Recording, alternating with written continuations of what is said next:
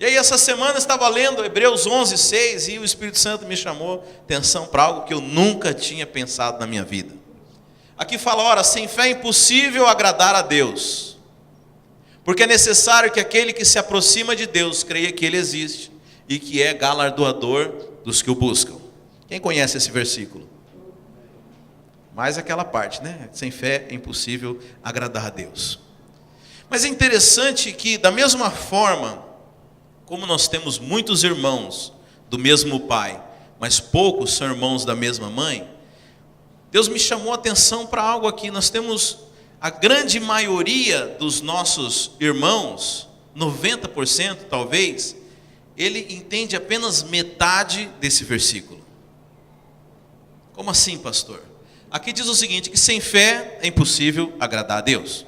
Agora, então qual é a fé que eu preciso exercer? Qual a fé que agrada a Deus? Então é preciso que a gente creia, que aproxime de Deus, creia que Ele existe. Todo aquele que é crente crê que Deus existe? O que vocês acham? 100%. Mas tem um problema, irmãos, não é só isso. Não é só isso. Entende? Quando você crê que Deus existe, você garantiu essa salvação. Mas esse verso está incompleto.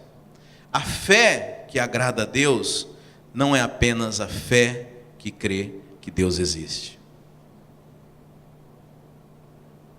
A fé que agrada a Deus é a fé que crê que Ele existe, mas que Ele também é galardoador, que Ele é recompensador, que Ele é abençoador. Aí, irmãos, eu não creio que todos vivam isso. Apenas uma minoria, infelizmente, vive isso na prática. Sabe, eu brinco muito com os irmãos a respeito do conhecimento da bondade de Deus. Nós ainda vivemos muito pouco desse conhecimento, dessa revelação da bondade de Deus. Eu sempre brinco com os irmãos, imagina que você tem uma filha, e aí chega um candidato para noivar com ela e vem falar com você, e aí você pergunta, olha, mas o que você faz da vida? E aí esse rapaz, esse candidato fala para você, escuta, olha, eu vivo pela fé. Vai trabalhar, seu sem vergonha. Eu não vou deixar minha filha casar com você nunca. Mas esse é o padrão de Deus. Sabe, nós falamos versículos como esse e achamos bonito falar de fé, mas na prática é horrível, porque nós temos medo de viver pela fé. Viver pela fé na nossa prática é sinônimo de uma inconsequência, sinônimo de alguém que está na última saída, não tem mais nada para dar certo na vida dele, ele fala, então eu vivo pela fé, não tem mais jeito. Não consegui trabalho, não consegui fazer nada, só me sobrou viver pela fé. E qual que é o problema, irmãos? Que o nosso padrão é viver pela fé. A Bíblia fala que o justo vive pela fé. Mas é feio viver pela fé. Fala a verdade. É feio, né? Isso é mais ou menos como pastor, né? Você vai em algum lugar preencher um cadastro, fala assim, você é só pastor ou você trabalha também, né? É a pergunta clássica. Mas viver pela fé é isso, irmãos. Então, não basta, para que nós possamos ser herdeiros, não basta crer que Deus existe. É preciso crer que Deus quer te abençoar. Você sabe, esse é o grande problema das coisas. Porque se eu perguntar aqui, você acredita que Deus é poderoso para curar um câncer? Quem crê que Deus pode? Mas eu pergunto para uma pessoa que está acometida de câncer, você acredita que Deus quer te curar? Ah, não sei, pastor. Sejamos honestos, irmãos. Sejamos honestos, todos nós cremos que Deus pode todas as coisas. Que Deus pode te dar uma casa, Deus pode te dar um green card, Deus pode te dar o que quiser. Qual que é o grande problema nosso para receber as coisas de Deus? Será que Deus quer dar para mim? Mas essa não é a fé que agrada a Deus. A fé que agrada a Deus não é apenas aquela que crê que Ele existe, mas é aquela que crê que Ele quer te abençoar, que Ele quer te recompensar. Sim, não que porque o grande problema é justamente esse. As pessoas elas querem merecer. Eu quero fazer por onde? Porque afinal é assim que você aprendeu desde pequeno. Recompensa. Se menino comportar bem, papai do céu abençoa. Se comportar mal, papai do céu zanga. Sabe, não é assim, irmãos. Deus não te abençoa porque você é bom. Deus te abençoa porque Ele é bom. Porque Ele gosta de abençoar. É como se você tivesse um amigo muito rico. E quando você realmente estabelece uma relação de amizade verdadeira com Ele, Ele tem prazer em compartilhar aquilo que Ele tem com você. O problema é que muitas vezes nós temos medo de desenvolver essa amizade. E não queremos conquistar, não queremos usufruir daquilo que Ele tem por causa desse relacionamento. Queremos usufruir por causa de merecimento. Estamos esperando que Deus encontre algo bom em nós para que Ele possa falar, não, agora sim, fulano merece receber alguma coisa. Não é assim que funciona, irmãos. Nós precisamos acreditar que Deus quer nos abençoar. Então, com base nisso, eu queria hoje falar sobre 4 exemplos na Bíblia de pessoas que foram atrás da recompensa. Porque sabe, parece feio, né? Parece feio você querer, às vezes, uma recompensa. Então, o primeiro exemplo que eu queria falar, o exemplo de Davi. Se você quiser acompanhar na sua Bíblia, o texto está lá em 1 Samuel 17, a partir do verso 24.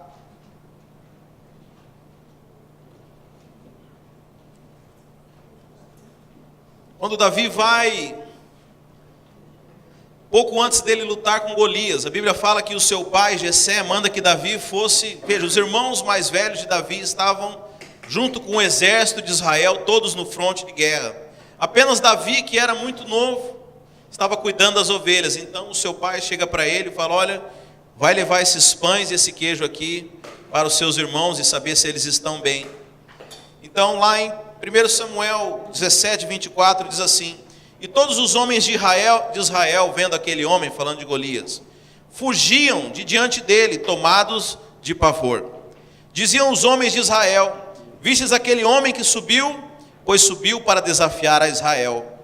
Ao homem, pois, que o matar, o rei cumulará de grandes riquezas, e lhe dará a sua filha, e fará livre a casa de seu pai em Israel. Então falou Davi aos homens que se achavam perto dele, dizendo, que se fará o homem que matar esse filisteu? E tirar a afronta sobre Israel? Pois quem é esse incircunciso filisteu para afrontar os exércitos do Deus vivo?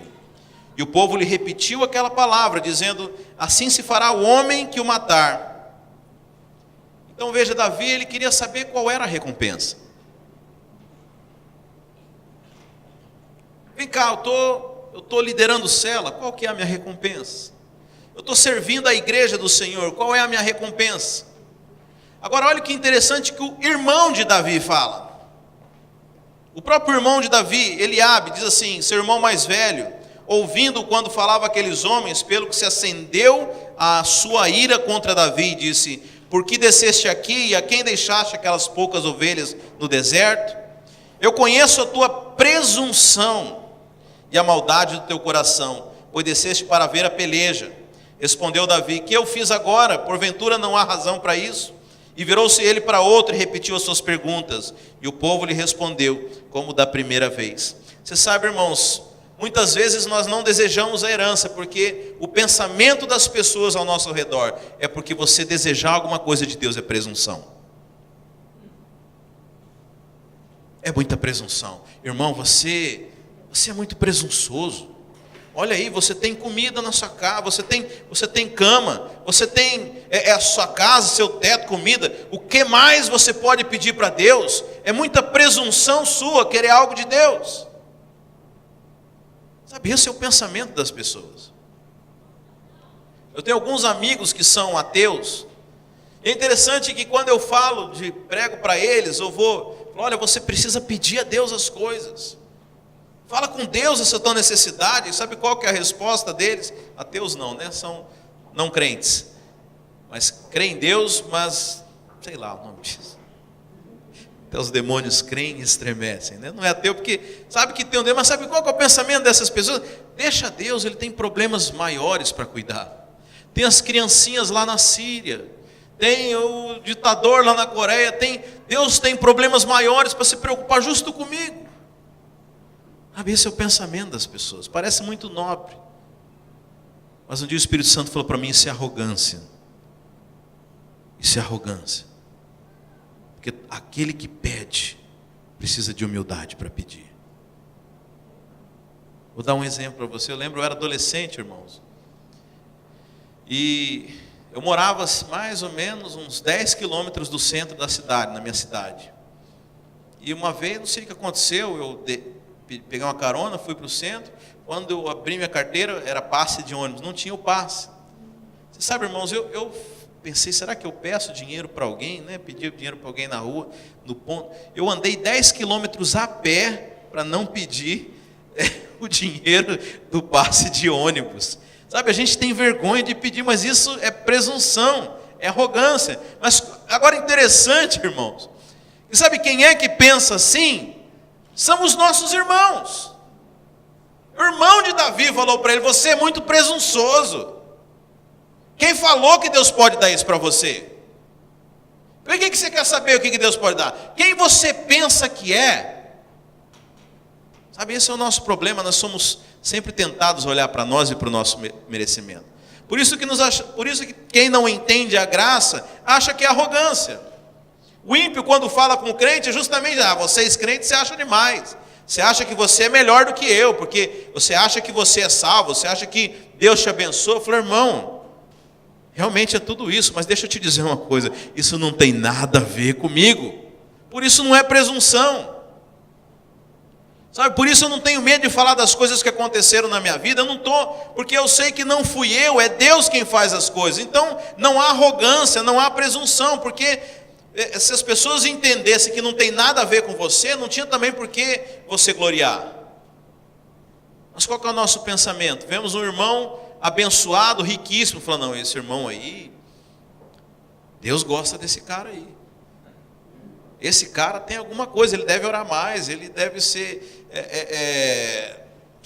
pastor é legal, né? Pastor, quando vai numa reunião de pastor, fica todo mundo querendo saber quantos membros tem na igreja de outro, né? Aí vê aquele pastor lá com 1000 membros na igreja, não, esse homem aí deve ser mais santo que eu. Sabe, não entende, irmãos, que não depende da pessoa, depende exclusivamente de Deus. Sabe, a diferença de alguém bem sucedido na fé é simplesmente aquele que crê que Deus pode fazer. Aquele que crê que Deus justifica o ímpio. Apenas isso. Sabe, não é arrogância, irmãos. Não é arrogância você pedir as coisas para Deus. Porque não depende de você. Aquele que acha que depende de si, é arrogante. Porque então, para você ter uma fé, para pedir algo muito grande, na cabeça dessa pessoa, ela tem que fazer muita coisa. Então é arrogância. Porque ela se acha melhor que as outras, mas aquele que entendeu que Deus é um Pai bondoso e que Ele quer que Ele recompensar aqueles que o buscam, e não depende nada dele, então eu posso pedir qualquer coisa, porque não é nada a ver comigo, é tudo a ver com Cristo, tudo a ver com Deus. Sabe, irmãos, nós temos que parar com esse pensamento nosso, esse pensamento de gafanhoto, como aquelas pessoas no Egito, no deserto, que olharam para a terra prometida, para tudo aquilo que Deus queria dar para eles, em vez deles se alegrarem, eles murmuraram. É verdade que a terra é tudo isso, que tem cachos de uva grandíssimos, que mana leite e mel, mas sabe, lá tem gigantes, e nós somos como gafanhotos aos seus olhos. Por isso que eu falo, pensamento de gafanhoto. Sabe, a gente vê as coisas boas que as pessoas desfrutam nessa terra e falam assim, quem dera, isso não é para mim. Sabe, a derrota muitas vezes está na nossa mente, irmãos. Sabe, esse pensamento de achar que é presunção, eu estou aqui para te dizer que é justamente o contrário. Sabe, presunção é não pedir as coisas para Deus, falta de humildade. Sabe, achar que você precisa merecer. Aí começa a sua presunção. Ao dia que eu realmente viver da obra, eu vou ter fé para pedir. Então você tem fé por causa daquilo que você faz. Isso é presunção. Sabe, mas Deus se agrada daquele coração que crê que Ele é bom e que Ele dá livremente, que Ele dá em abundância para os seus filhos. Irmãos, eu não estou falando de poucas coisas. Eu estou falando de um pai que é riquíssimo. Tem um salmo que eu gosto que diz assim: pede-me e eu te darei as nações por herança. Sabe o que você tem pedido a Deus? Você acha que você honra a Deus pedindo poucas coisas? Sabe, quando você pede poucas coisas, você está dizendo que parece que Deus não pode mais. Sabe, você honra a Deus com a fé que crê para grandes coisas. Sabe, então a primeira questão é isso, a recompensa não é sinal de presunção, irmãos. Há uma recompensa para aqueles que buscam ao Senhor. Existe um outro versículo bíblico que diz assim, Isaías 64, irmãos, é Velho Testamento, é Velha Aliança. Olha o que fala: porque desde a antiguidade não se ouviu, nem com ouvido se percebeu, nem com olhos se viu, um Deus que trabalha para aqueles que nele esperam. Você sabe qual que é a chave desse versículo? É aqueles que esperam em Deus. Deus trabalha para aqueles que nele esperam. Se você não esperar nada de Deus, Ele trabalha para você? Acho que não, porque você nem vai reconhecer. Aqui está falando claramente que Deus trabalha para aqueles que nele esperam. Se você não espera nada, vamos supor que Deus fizesse um milagre, você não ia reconhecer. Você não ia dar crédito para Deus, você dá glória para outra coisa. A Bíblia fala que Deus não divide sua glória com ninguém. Sabe, Deus faz para aqueles que nele esperam. Deixa eu te perguntar, você espera em Deus? Hora que bate aquele desespero, você sai igual um doido tentando arrumar uma solução que é sua. A hora que o negócio se aperta mesmo, não, esse negócio de orar é muito bonito, pastor, mas se eu não correr, eu vou passar fome. Você sabe, é romântico, né? A gente fala aqui no culto e tal, mas, pastor, na prática não é bem assim, né, pastor? Fala só entre nós aqui, pastor, não é assim também, né? Só na oração, né? Sabe, depende o que é oração para você. Mas eu quero dizer, aqueles que esperam no Senhor, esse Deus trabalha. Aqueles que creem que Ele te recompensa, que há uma recompensa. Esses são os que têm a fé que agradam a Deus. Sabe, nós precisamos dessa fé, irmãos. Realmente acreditar que Deus é bom e experimentar. Tem um salmo que eu gosto que fala assim: vinde, provai o quão o Senhor é bom. Sei que muitos crentes acham que é prova, né? Fazer prova do Senhor. Não, eu entendo que é provar mesmo, de degustar. Senhor, eu quero provar. Sabe, eu quero provar essa vida cristã, de desfrute, essa vida de paz, de alegria, de bênção, de abundância que o Senhor veio para nos dar. Eu quero viver dessa forma, e eu espero, eu creio que o Senhor tem isso para mim, porque a tua palavra diz que aqueles que te buscam, o Senhor é galardoador. Eu vou receber, não por causa de mim, porque Deus é bom. O problema é esse, nós achamos que nós recebemos por causa de nós. Mas Deus nos abençoa porque Ele é bom, porque Ele um dia decidiu escolher você e Ele quer te abençoar. Esse é o porquê, irmãos. Mas avançando aqui, quero falar sobre a história de Pedro. Se você quiser abrir em Marcos 10, no verso 28. Um dos discípulos de Jesus. Marcos 10, 28, ele fala assim: Pedro começou a dizer-lhe: eis que nós tudo deixamos e te seguimos, Senhor. E Jesus respondendo disse: em verdade vos digo que ninguém há que tenha deixado casa, irmãos ou irmãs, ou pai, ou mãe, ou mulher, ou filhos, ou campos, por amor de mim e do Evangelho, que não receba 100 vezes tanto, já neste tempo, em casas, irmãos, irmãs, e mães, e filhos, e campos com perseguições, e no século futuro, a vida eterna. É interessante que Jesus está falando aqui da recompensa. E aí Pedro, né? Sempre o Pedrão, né? discípulo mais atirado, mais sanguíneo, né? Fala, Jesus, e nós vamos receber o quê? Eu imagino os outros discípulos, não faz isso, fica quieto. Sabe, Jesus não repreendeu Pedro. Sabe, não é errado você desejar a recompensa.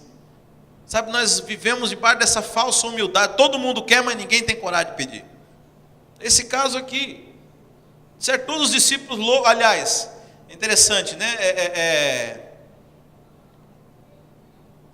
Vai a mãe de Tiago e fala assim, olha, dá que meu filho sente à tua direita e o outro meu filho à tua esquerda. E aí a Bíblia fala que os discípulos ficaram todos bravos.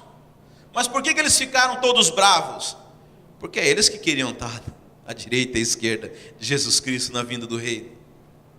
Mas ninguém tinha coragem de falar. Aliás, provavelmente nem ele, pediu para a mãe falar para Jesus. Quem conhece a passagem? Aí Jesus vai lá e dá um pito, fala, que isso, vocês são muito carnais. Jesus fala isso. Olha aí, irmão, que presunção, você querer sentar à minha direita, à minha esquerda. Jesus não repreende, irmãos. Muito pelo contrário, Jesus dá o caminho, fala, aquele que quiser ser o primeiro, seja o servo de todos. Jesus não está dando um fora, irmão, Jesus está ensinando o caminho. Jesus se alegra quando você deseja as coisas boas do reino. Sabe, desejar galardão, desejar posição. Sabe qual que é o problema, irmãos? Eu vou dizer qual que é o problema. É aquele que quer a posição sem ter a realidade. É aquele que quer o título para ostentar. Mas é interessante que na Bíblia nós somos o tempo inteiro chamados para desfrutar de coisas maiores. O apóstolo Paulo fala, olha, eu tenho um caminho sobremodo excelente para você. Buscai os melhores dons. Ou seja, existem posições no reino e nós devemos buscar por elas. Não há problema nenhum nisso, irmão. O problema é você querer a recompensa, sem você ter a realidade, sem você ter feito aquilo que você deveria fazer, apenas o título. Mas aqui Jesus está falando para ele, olha, se vocês querem ser o primeiro, sejam servos. Ou seja, Jesus concorda. A pergunta foi respondida, olha, é assim que você tem que fazer. Jesus se agrada com isso, irmãos. Então não é errado você desejar a recompensa, até porque é Deus quem te deu. Sabe, às vezes também o problema é que muitas vezes nós vemos pessoas que estão apenas em busca da recompensa. Como algumas pessoas, como a gente ouve falar, tem pessoas que querem apenas a bênção, mas não querem o Deus abençoador. Mas eu pergunto, será que nós somos assim? Porque é interessante, eu conheço pessoas que de fato deixaram tudo. Mas aqui Jesus fala que aquele que vai ter recompensa é aquele que deixou tudo por amor do Evangelho. Aí eu já não posso dizer a respeito dessas pessoas que deixaram tudo. Sabe, a questão é que às vezes tem pessoas que estão apenas atrás da recompensa. Mas deixa eu falar, se você verdadeiramente ama a Deus, não é errado você desejar a recompensa. Não é errado você desejar as bênçãos. Aliás, o próprio fato de você ter medo de pedir, mesmo assim estar aqui, é porque você ama a Deus. Agora deixa eu falar, não tem problema então, se você verdadeiramente ama a Deus, deixa eu dizer, Deus quer te abençoar. Ah não, mas se Ele quiser Ele vai dar, pastor. Deus sabe de tudo, Deus conhece. Sabe, não é assim que a palavra de Deus fala. A palavra de Deus fala que Ele se agrada quando você tem fé que Ele vai te abençoar. Não é assim, não, se Ele quiser, não. A Bíblia já diz que Ele quer. Ele quer. Mas você está esperando por isso? Você espera no Senhor? Ou a sua expectativa, ou às vezes o medo de você frustrar a sua expectativa? Ah não, se Deus faz, mas Deus sabe de todas as coisas. Quem sabe se eu tivesse um carrão eu ia ser muito orgulhoso e ia me desviar. Já ouviu isso? Já ouviu esse papo? Então se fosse assim, sei lá, nem falar besteira, mas Se fosse assim, todo mundo ia ser miserável, né? Aceita Jesus, aí na mesma hora Deus te tira tudo, sabe? Não é assim que funciona. Deus gosta de dar coisas boas. Aliás, irmãos, abra comigo em Romanos 2,4. Esse eu faço questão que você abra. Eu estava estudando ontem isso.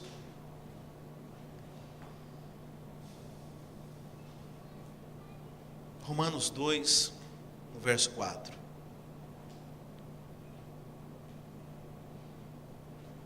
Você sabe, há uma grande confusão a respeito da palavra arrependimento. A palavra arrependimento, normalmente nós entendemos que é o que, irmãos? Alguém que está arrependido. Quando você ficava de castigo quando era criança. Isso tudo tem a ver quando a gente era criança, né? Mãe botava de castigo e falava, agora você vai pensar no que você fez, moleque. Até você ficar arrependido. Sabe, arrependimento, nós achamos que é você ficar lembrando das suas obras erradas e se remoendo de amargura por isso. E a gente tem cara de arrependimento. Já viram como que é cara de arrependimento? Cabisbaixo, tristeza, isso é arrependimento. Mas você sabe, irmãos, que arrependimento não tem nada a ver com isso. Se você tiver curiosidade de olhar na internet o que foi traduzido como arrependimento do grego, é a palavra metanoeu, que provavelmente você conhece a palavra no português metamorfose. Sabe a minhoquinha, aí ela entra no casulo, vira borboleta, né? Quem estudou ciência sabe disso, é metamorfose.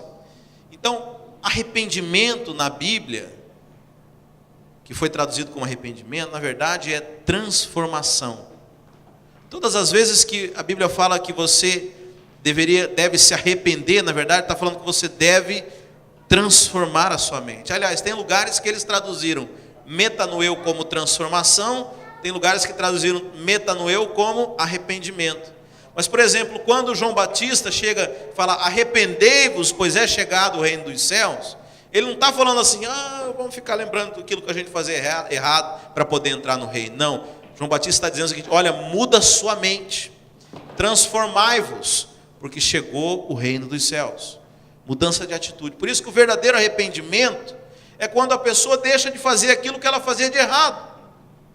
Porque ela mudou o mindset dela, mudou a maneira dela pensar. Agora, aquilo que eu fazia, mas não tem sentido mais de eu fazer aquilo, porque aquilo que parecia tão legal para os meus amigos, eu não acho mais legal. Interessante, né?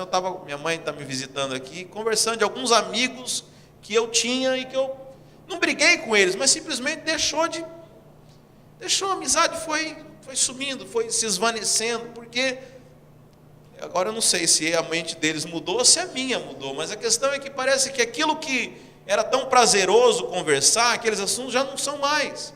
Houve o quê? Metanoia, transformação de mente. Então isso é o Evangelho, a transformação. Então, quando você ouve na Bíblia falar de arrependimento, fala de você ter a sua mente renovada pelo Evangelho. E você, porque tem uma mente diferente, você começa a fazer coisas diferentes. Sabe, lembrar de coisas antigas não muda nada a sua característica. Muito pelo contrário, só te torna mais pecador, mais errado, porque quando você foca em algo, existe uma lei que onde você coloca foco, onde você coloca atenção, isso tende a ganhar maior proporção. Por isso que o Evangelho não é olhar para si, mas olhar para Cristo. Quanto mais você olha para si, é mais pecado que você produz. Realmente eu sou pecador mesmo. Eu não devia nem estar sentado aqui. Eu não sou nem digno de estar aqui. Olha, eu sou um hipócrita. Olha, você achou que você só tinha um pecado, agora você tem dois. Sabe, olhar para si não é o Evangelho. O Evangelho é você olhar somente para Cristo. Então, quando a Bíblia fala arrependei-vos, está falando assim, muda os seus valores, muda a sua mente, olha para Cristo, aprende com Ele, absorve o que Ele faz e começa a entender, e esse seu entendimento, a sua mente renovada, começa a produzir um efeito diferente. Aliás, isso é interessante, né? Você fala, pessoa que está largando cigarro, né? Imagina se ela ficar, não vou fumar, não vou fumar, não vou fumar. O que o cérebro está escutando? Fumar. Até os livros do mundo falam o quê? Pensa em outra coisa.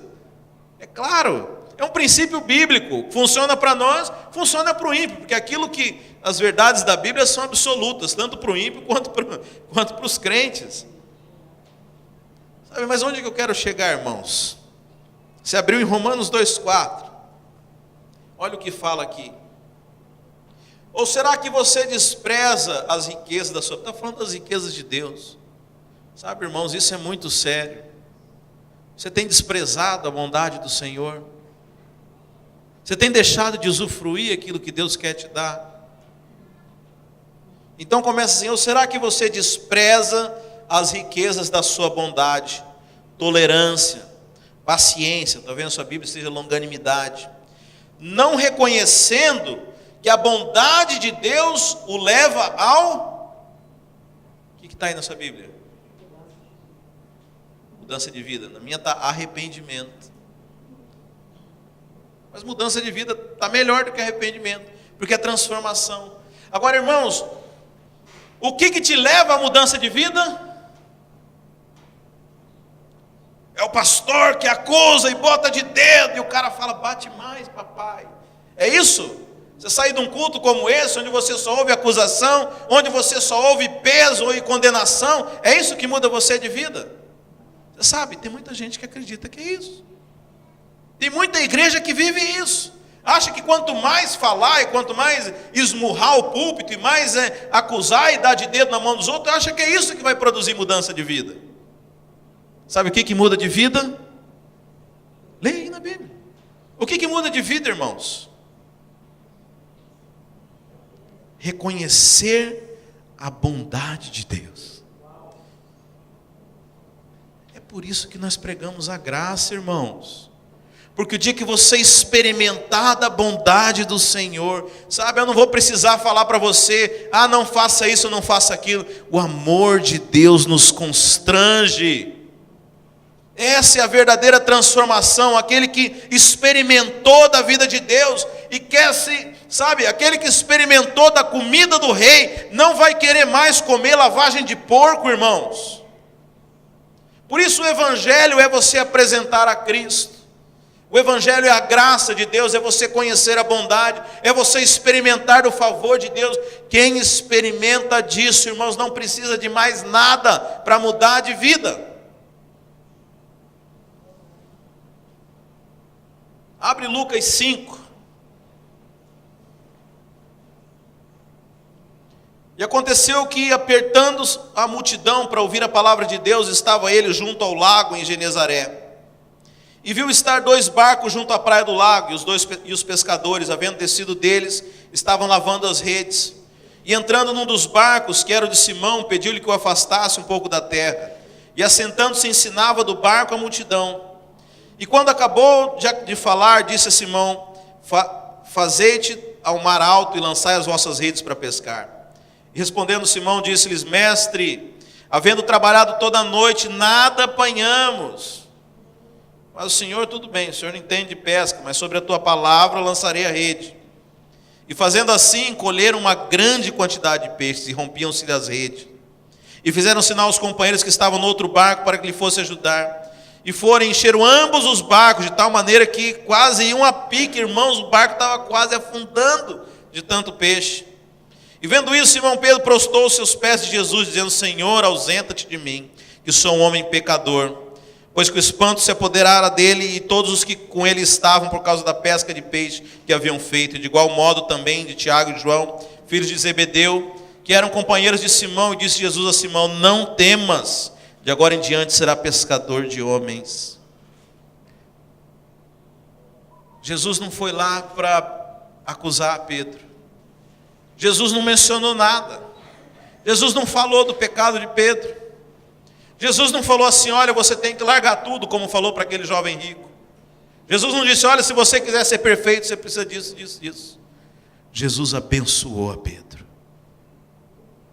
Naquele mesmo momento, a bênção de Deus constrangeu a Pedro. Ele falou assim: aparta de mim, Senhor, porque eu sou pecador. Porque a bondade do Senhor produz transformação. O amor de Deus produz transformação. Por isso Deus quer te abençoar. Por isso, antes de você querer produzir uma transformação, porque o nosso problema é que nós achamos que o dia que nós formos perfeitos, Deus vai nos abençoar. Não, Deus está falando assim: eu quero te abençoar. E a minha bênção, a minha presença na sua vida vai ser tão grande, tão maravilhosa, que você vai expressar isso naturalmente. A bênção de Deus, o favor de Deus é quem produz transformação em nossas vidas. A propósito do jovem rico, você sabe, o jovem rico, ele chegou com uma abordagem da lei para Jesus Cristo. A conversa era mais ou menos o seguinte: olha, bom mestre. Jesus já deu um corte logo de cara, falou: olha, bom não tem ninguém, mano. Já deu um toque no cara. Jesus é muito elegante, irmão. Ele já deu um sinal para o cara: olha, bom não tem ninguém. Para com esse pensamento. Não é essa abordagem para você chegar aqui não, cara. Já viu pessoa que jejua e fala: agora eu tenho fé para pedir? Porque ele acha que agora ele está bom. Jesus já deu de cara, porque no fundo o jovem... Você já viu pessoa que te elogia só para você elogiar? Ô irmão, você está chique, né? Você também. Ele só quer ouvir o elogio de volta, né? Porque o jovem se achava bom. Claro, ele fala que ele guardava todos os mandamentos e queria ser perfeito. Então ele começa jogando a isca para bom mestre.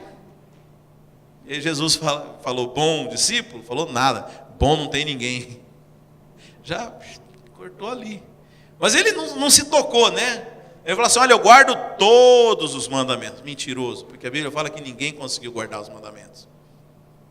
Eu guardo todos. O que mais que me falta? E sabe, essa não é a abordagem que a gente deve chegar com Deus. Se você guarda a lei, você não precisa de Salvador. Jesus veio para aquele que não dá conta. Jesus falou que o médico é para aqueles que estão doentes, não para aqueles que estão sãos. Esse foi o problema com os fariseus. O fariseu, ele realmente acreditava que ele guardava a lei. Para que ele vai precisar de Jesus? Já estava provado, já estava justificado diante de Deus. Não havia necessidade de vir outro cumprir a lei no lugar dele. Mas aquele jovem chega com essa abordagem para Jesus, que nós nunca devemos chegar com essa abordagem diante de Deus, irmãos. Nunca. Nunca chega baseado na sua justiça própria.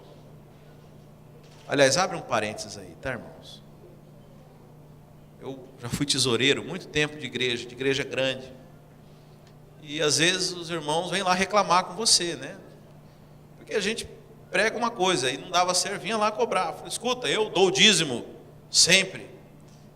Sou dizimista fiel dessa igreja aqui. Mas não estou prosperando. Qual que é o problema? Espera aí, irmão, vou entrar aqui no computador e descobrir. Falei: não deixei irmão não. Falei: aguenta aí. Eu vou orar e vou te trazer a resposta. Uai, certo, né? Tá certo, irmãos. Acho que tem que perguntar, é justo, é lícito. E sabe o que Deus me falou? Esse irmão, ele quer ser abençoado baseado naquilo que ele está fazendo. Ele acha que porque ele é um dizimista fiel, eu tenho que abençoar ele. E essa não é a abordagem correta. Primeiro, porque ninguém é dizimista fiel, irmãos. Por mais que você dizime o teu salário, você tomou um cafezinho grátis ali no restaurante, você não dá o dízimo dele. Mas você recebeu. Então ninguém pode dizer que é dizimista fiel. A Bíblia fala que o fariseu, ele dava o dízimo até da hortelã que ele botava no chá. Mas tudo bem, vamos supor que fosse dizimista fiel. Lá em Tiago fala o seguinte: se você vive pela lei, não adianta você cumprir só uma parte da lei. Você tem que cumprir ela inteira. São 613 mandamentos. Se você errar apenas um, você é réu de toda ela. Então o irmão, ele pode ser dizimista fiel. Vamos supor que fosse possível. Tá? Não é. Mas vamos supor que ele fosse dizimista fiel. Mas ele tinha raiva de um irmão. A Bíblia fala que se você odeia o seu irmão, você é homicida. Então, peraí, ele errou no outro ponto, mas então ele está amaldiçoado por toda a lei. Então, qual que era o problema daquele irmão? Ele se enchia de justiça própria. Irmão, se você for pedir algo para Deus, pede baseado na justiça de Cristo. Nunca peça baseado na sua justiça. Nunca peça algo para Deus com base em algo que você fez, em algo que você está vivendo. Não é essa, porque eu vou te contar uma coisa. Sabe essa justiça que você tem? Isaías fala que ela é igual a um trapo de imundícia aos olhos de Deus. Por mais que você se ache, pensa na pessoa mais justa que andou nessa terra aqui, fora Jesus Cristo. A Bíblia fala que aos olhos de Deus a justiça dela é como um trapo de imundícia. Então jamais nós vamos alcançar esse padrão. Sabe, então é melhor você se conformar com isso e pegar uma carona em Jesus Cristo. Falar, Senhor, eu realmente não sou nada, mas por causa de Jesus Cristo, por causa do sacrifício, o Senhor, a Bíblia fala que por quando eu aceitei Jesus, o Senhor me deu um presente. O Senhor me deu o dom da justiça. Eu fui justificado pela minha fé em Jesus Cristo. O Senhor, quando olha para mim, enxerga um justo. Uau! E não é pelo que eu fiz, é porque Cristo fez. Então, peraí, com essas vestes, com esse roupante, com essa máscara de justo que me foi entregue por Jesus Cristo, bem, é com ela que eu chego diante de Deus. Senhor, eu estou aqui em nome de Jesus. Pela obra dele, confiado no que ele fez, confiado na herança que ele conquistou. Mas um dia ele resolveu compartilhar comigo o que eu estou para fazer. Eu aceito, Sabe aquelas, too good to be true? Muito bom para ser verdade. Mas é mais ou menos isso o evangelho. O evangelho são boas novas, tá, irmãos? Agora, como que o povo conta essas boas novas?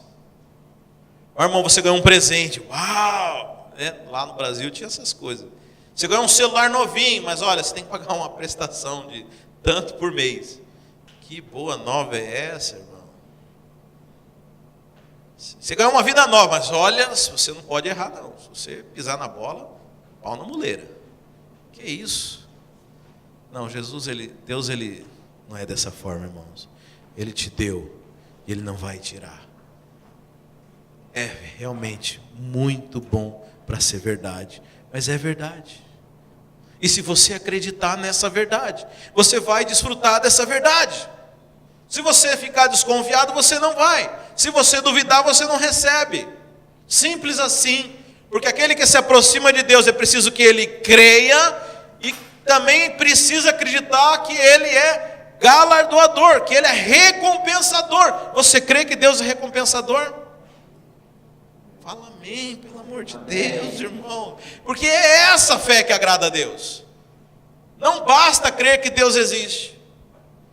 Você sabe, muita gente crê que Deus existe. Muçulmano crê que Deus existe. Espírita crê que Deus existe. Mas qual que é o Deus deles, irmãos? É muito diferente do nosso. Toda religião crê que Deus existe. O que nos difere do nosso Deus, o que difere o nosso Deus dos deuses deles, é que o nosso Deus, você sabe, toda religião implica em você fazer alguma coisa para receber algo daquele Deus. Implica em você cumprir uma determinada regra, ou você levar uma vida boa, ou você fazer boas obras, ou você cumprir determinado padrão ou sacrifício para que você possa merecer o favor daquele Deus. O que nos difere de todo o sistema religioso, de toda a religião já imaginada pelo homem, é porque no cristianismo, no nosso Deus, Ele é aquele que abençoa aquele que não merece. Essa é a principal diferença do nosso Deus. O nosso Deus é aquele que se entrega por amor. O nosso Deus é aquele que morre por nós. Não somos nós, é Ele quem faz tudo, irmãos. Essa é a principal diferença do nosso Deus. Mas eu falava sobre o jovem rico, né? O jovem rico então chega para Jesus com a abordagem errada. Ele chega baseado na lei. E sabe, muita gente acha que, toma essa palavra de uma forma errada, acha que, porque Jesus responde o seguinte: olha, se queres ser perfeito, vende tudo que tem e segue-me. E muita gente acha que isso é o evangelho. Mas sabe, Jesus na verdade queria mostrar para aquele jovem que ele não dava conta de guardar nem o primeiro mandamento: amarás o teu Deus acima de todas as coisas. Ele não dava conta nem disso, irmãos. Porque se ele amasse a Deus acima de todas as coisas, ele podia vender tudo que ele tinha.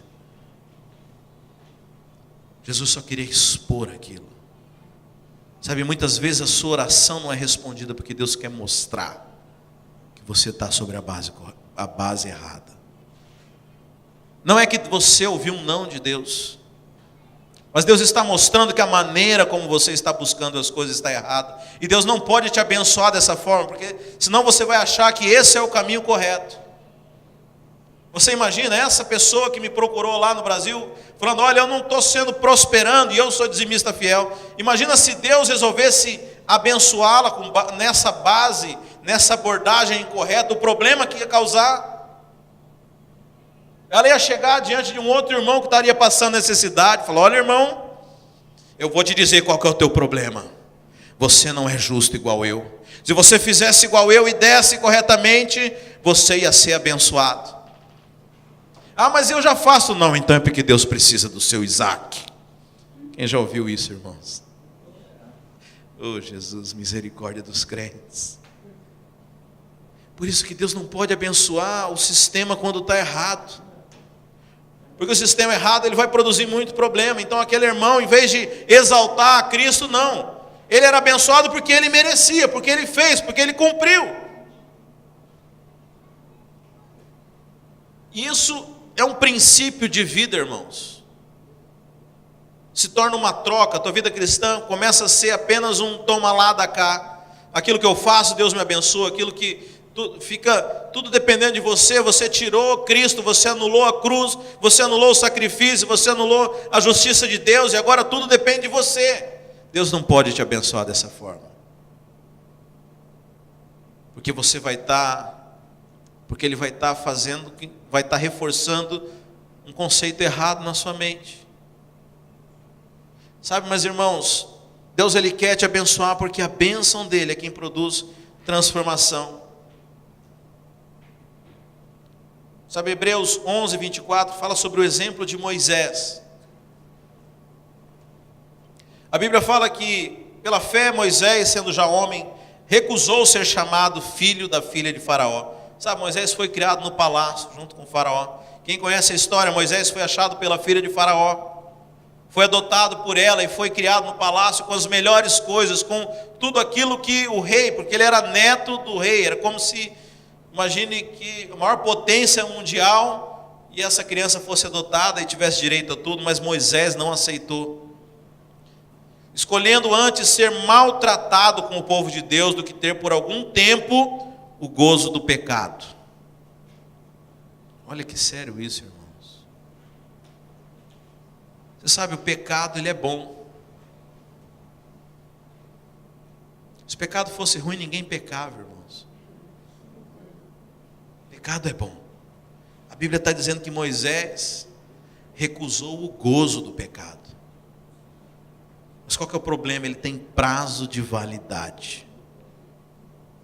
Então aqui fala que ele escolheu ser maltratado com o povo de Deus do que ter por algum tempo o gozo do pecado, tendo por maiores riquezas o opróbrio de Cristo do que os tesouros do Egito, porque tinha em vista a recompensa. Sabe qual que é o problema? Muitas vezes que você se depara diante de alguma renúncia, e acredita em mim, nós temos que fazer muitas renúncias. Por mais que nós vivamos na graça, existem renúncias a ser feitas. Para que você estivesse hoje aqui nessa manhã, você provavelmente renunciou até dormir até mais tarde. Alguns renunciaram à proposta de trabalho, podia estar ganhando dinheiro hoje. Só estou dando simples exemplos. Então envolve renúncia. E muitas vezes nós não entendemos ou as tentações do gozo do pecado, das coisas, das riquezas do Egito. Aqui fala das riquezas. O problema é que às vezes nós achamos que estamos trocando as riquezas por nada. Porque afinal de contas, Deus não quer me abençoar. Deus quer que eu viva só com o que eu tenho.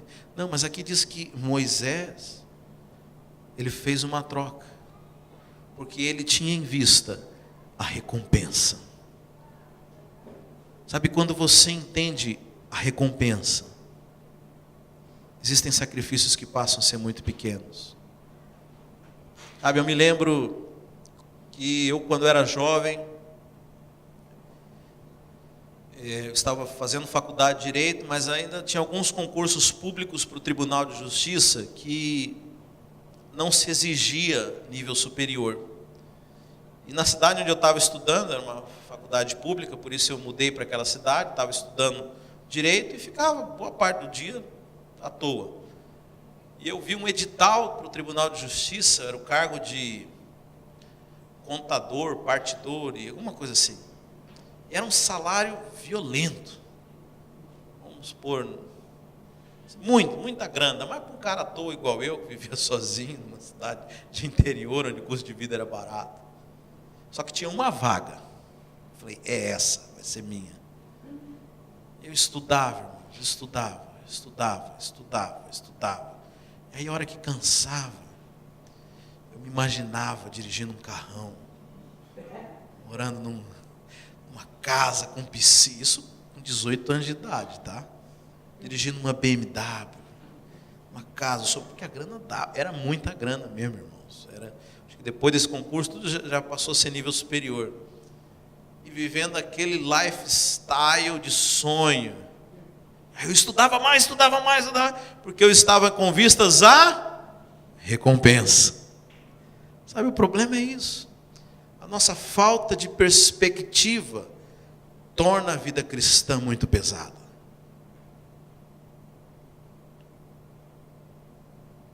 Interessante que o apóstolo Paulo, tem um momento lá que ele começa a falar de um monte de situações que ocorrem com ele, um monte de problemas. E você sabe que o apóstolo Paulo foi um cara, como diz na gíria, ralado mesmo, passou por um monte de problemas, e ele fala assim, mas essa nossa leve, momentânea tribulação, uau, esse cara deve ser, não, esse deve estar no andar acima, porque ele chama de leve, só que aí que está, a chave ele explica, essa leve, momentânea tribulação não se compara com a glória. Então o que ele quer dizer? Não está que ele está dizendo que foi fácil levar lá 39 chibatadas, 3 vezes 39 chibatadas, ser perseguido, fome, nudez, perseguição. Não, ele não está dizendo que isso aí foi fácil. O problema é que a gente fica esperando ser fácil. Foi fácil para ele, então o dia que for fácil para mim eu faço tudo isso. Não está dizendo que foi fácil. Ele está dizendo que comparado com a glória que ele iria desfrutar, isso aqui não é nada, irmãos. Isso aqui não é nada comparado com a glória que nós vamos receber. Sabe, muitas vezes a nossa vida cristã se torna pesada porque você não espera coisas grandes de Deus. E deixa eu falar, irmãos, quão grandes coisas o Senhor tem para nós. Quão grandes coisas o Senhor tem para nós. Sabe, toca lá, Wilson. O dia que você mudar a sua perspectiva, tudo vai se tornar leve, irmãos. Tudo se torna leve, porque você está de olho naquilo que é maior.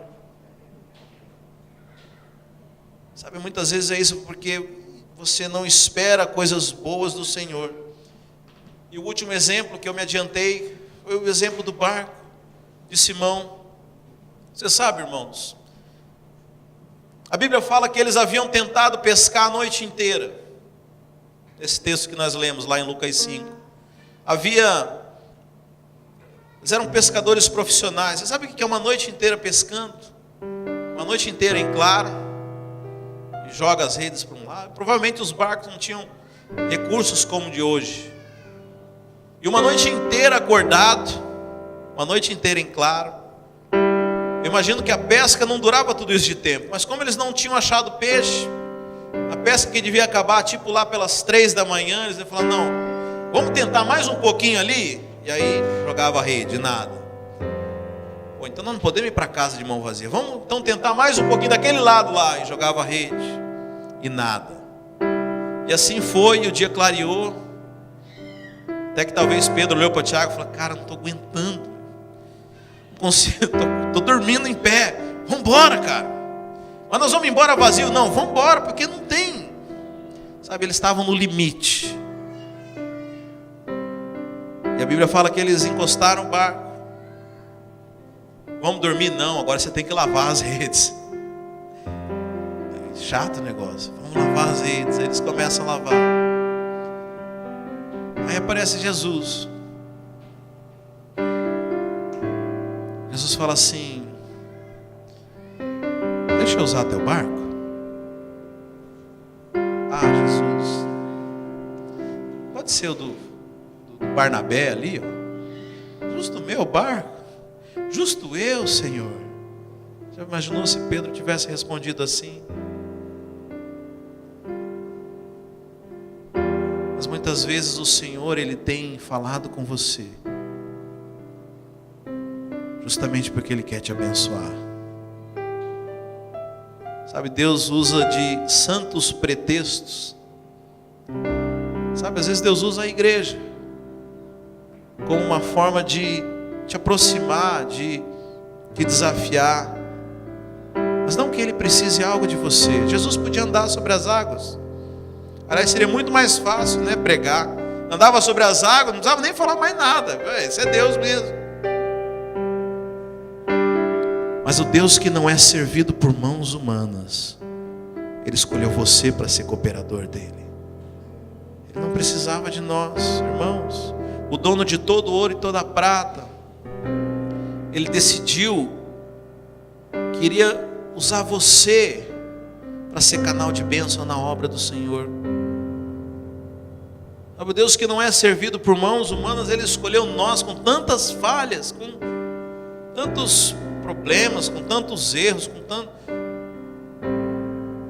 Ele escolheu. Não sou eu, mas é a graça de Deus que opera em mim. Não depende de mim. Sabe, irmãos, eu não dou conta nem de mudar a mim mesmo. Como que eu posso vir aqui para falar para alguém mudar alguma coisa? Mas não sou eu, é a graça que vive em mim. É a graça que opera em mim. Sabe, esse Deus, Ele quer te abençoar.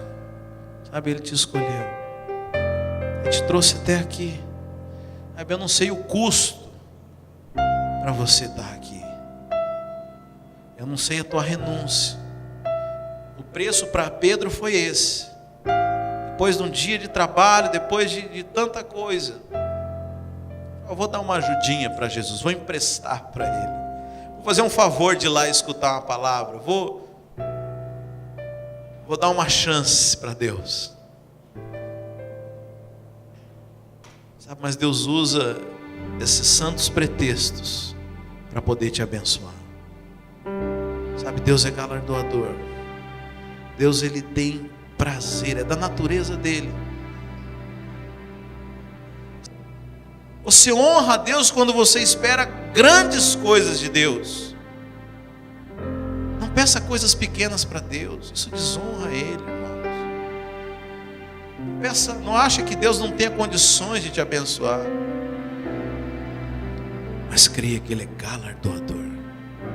Essa é uma característica, porque Deus amou o mundo, Ele deu o seu Filho. Sabe, há essa relação de amor e de recompensa que o Senhor quer fazer com você. Sabe, é essa recompensa que te produz mudança de vida. Nós lemos aqui em Romanos 2,4. Essa recompensa é a bondade de Deus que te constrange, que vai mudar você, que vai te tornar parecido com Ele. É a bondade do Senhor. Não é a acusação, não é a mentira, não é essa religião furada que o povo tem pregado, mas é a experimentação da bondade de Deus.